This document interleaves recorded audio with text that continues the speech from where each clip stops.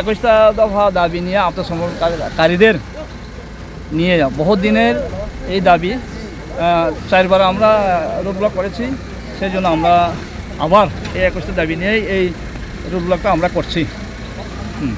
ওই দাবির মধ্যে আছেন কোর্ট এবং পুলিশ কেস সারেন্ডার পরে গ্রহণ হওয়ার পরে সে কোর্ট পুলিশ করা হয়।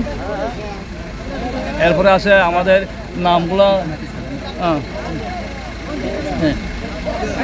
অকবরক নামে, এটা বাংলা নামে হয়ে গেছে, বাংলা হরফে যেন আমরা রোমান স্ক্রিপ্টে সেই এডিটিভ এগ্রিমেন্ট এটা বহুদিনের এটা সমিতি চলছে, এটা পার্মানেন্ট সলভ হোক।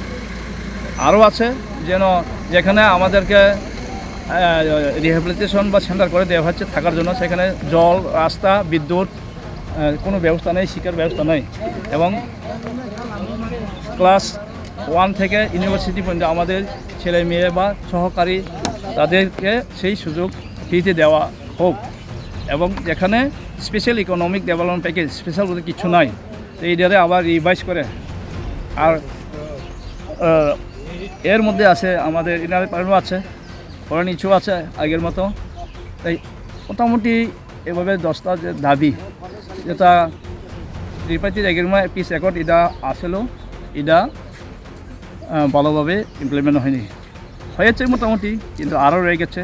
যারা 1-2 করে এসেছেন ভারতের শান্তির বার্তা পেয়ে রাজ্য সরকার, কেন্দ্র সরকার আহ্বান করছে যেন তোমরা স্বাভাবিক জীবন ফিরে আসো এবং স্বাভাবিকভাবে থাকতে দাও, স্বাভাবিকভাবে থাকার জন্য সেই কাজটা করব। সে কিন্তু সেটা করেনি।